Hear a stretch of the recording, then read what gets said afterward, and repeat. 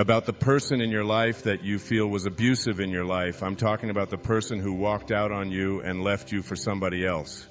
I'm talking about all of the things that you have justified in your heart and in your life that you have the right to be resentful about. I'm suggesting to you that those resentments will always end up harming you and creating in you a sense of despair. I've often said that no one ever dies from a snake bite. The snake bite will never kill you. You cannot be unbitten. Once you're bitten, but it's the venom that continues to pour through your system after the bite that will end up destroying you. So now you have to take a look at all of the resentments that you may have in your life. I'd like to suggest to you that I think there is a wonderful metaphor for this that I have created in my life for how to make this work. I think that Regis Philbin is the one who's responsible for it, my buddy Regis. There's a show called Who Wants to Be a Millionaire that has been popular all over the world. I'm in South Africa. It comes on. I was in Australia, and they've got their own Australian version. In Greece, they have the Greek edition of Who Wants to Be a Millionaire. Basically, this show has two levels that you have to get to. The first level is the $1,000 level. At the $1,000 level, you basically have to answer a question like, on your hand, you have some digits. Those digits on your hand are called your feet, your nose, your ears, your fingers. Everybody who goes on the show has this horrible dread that they're going to go out on one of those questions. So basically, in order to get to the $1,000 level, all you have to do is answer 5 pretty simple questions in order to get to the $1,000 level. Now, on this program, the $1,000 level for you in this metaphor means that you will leave with something if you get this. At least get this.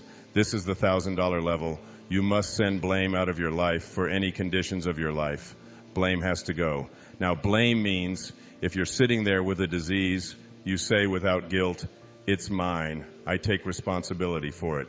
This means that if you have been through any tough circumstances in your life, this means if you have a minimal amount of financial security in your life, this means if your children don't get along with you, this means that if your neighbors are taking up a petition to get you out of the neighborhood, whatever it might be that's going on in your life, you name it. Everybody across this great country, across this world, has a series of these things that you're willing to say, I am here because of the choices that I have made.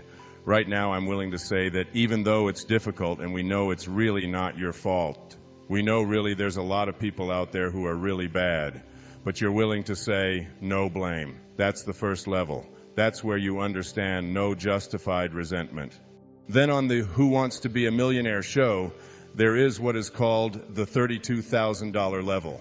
The $32,000 level is not only an opportunity for you to walk away with a sizable amount of goodies, which you can walk away from tonight in this program, but it also is the door opener to multi-wealth.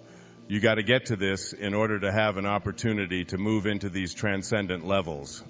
Millionaire spiritual status, you got to get through these next 5 questions. This $32,000 question, or level rather, comes to this. It came to me from a quotation that I use in the writing of A Spiritual Solution to Every Problem. I read a book that was written a couple of thousand years ago by Patanjali, the Yoga Sutras, the aphorisms of Patanjali. One of those sutras was one of those aphorisms, observations that this brilliant man made almost 2,000 years ago was this. He said, if you become steadfast in your abstentions of thoughts of harm directed towards others, all living creatures will cease to feel enmity in your presence. Now this translates to blame. Pretty basic. No more blame. I'm just not going to assign responsibility to other people for where I am, because now I have an opportunity to get rid of it. If I think someone else caused it, then I've got to wait for somebody else to change in order for me to get rid of it. And you might wait forever for that. But if I take responsibility for it, I can do something, including move on, which might be the most important thing to do. But at the higher level, when there are no justified resentments, what you are doing is what St. Francis did. Francesco, what you are doing is you are at a place where you are sending love in response to hate. You are literally saying, no matter what comes my way, I am going to be steadfast in my abstention of thoughts of harm directed toward others. I'm going to work hard at, no matter what comes my way, having it come out of me what I want to come out of me. And that is love. And that is a higher energy. And if you can get to that level, Patanjali said, all living creatures will cease to feel enmity in your presence. I have a little girl, a precious little girl.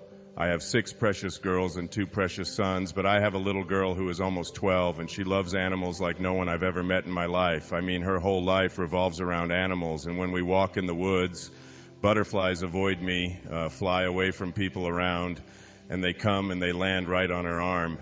And it happens all the time. She couldn't have a thought of harm directed towards any living creature. And Patanjali said to us, all living creatures will cease to feel fear or enmity or anger in the presence of those who can send love in response to hate. That's what I mean when I say there are no justified resentments. What I'd like to do, I'd like to share a little story here with you. It's a very tender story. It was sent to me by someone who sends me beautiful things in the mail, and I call it the Teddy story. I'd like to read this to you if I can do it without tearing up. This story illustrates this as well as anything I've ever seen. There's a story many years ago of an elementary school teacher. Her name was Mrs. Thompson. As she stood in front of her 5th grade class on the very first day of school, she told the children a lie. Like most teachers, she looked at her students and said that she loved them all the same. But that was impossible because there in the front row, slumped in his seat, was a little boy named Teddy Stoddard. Mrs. Thompson had watched Teddy the year before and noticed that he didn't play well with the other children, that his clothes were messy, and that he constantly needed a bath. Teddy could be unpleasant.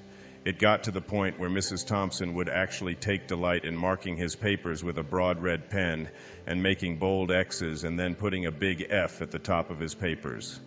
At the school where Mrs. Thompson taught, she was required to review each child's past records, and she put Teddy's off until last. However, when she reviewed his file, she was in for a surprise. Teddy's 1st grade teacher wrote, "Teddy is a bright child with a ready laugh. He does his work neatly, and he has good manners. He's a joy to be around."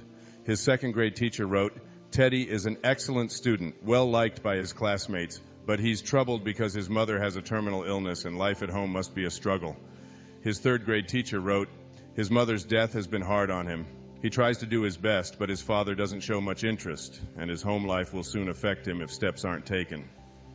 Teddy's 4th grade teacher wrote, "Teddy's withdrawn and doesn't show much interest in school. He doesn't have many friends, and sometimes he even sleeps in class." By now, Mrs. Thompson realized the problem, and she was ashamed of herself. She felt even worse when her students brought her Christmas presents wrapped in beautiful ribbons and bright paper, except for Teddy's. His present was clumsily wrapped in heavy brown paper that he got from the grocery bag. Mrs. Thompson took pains to open it in the middle of the other presents.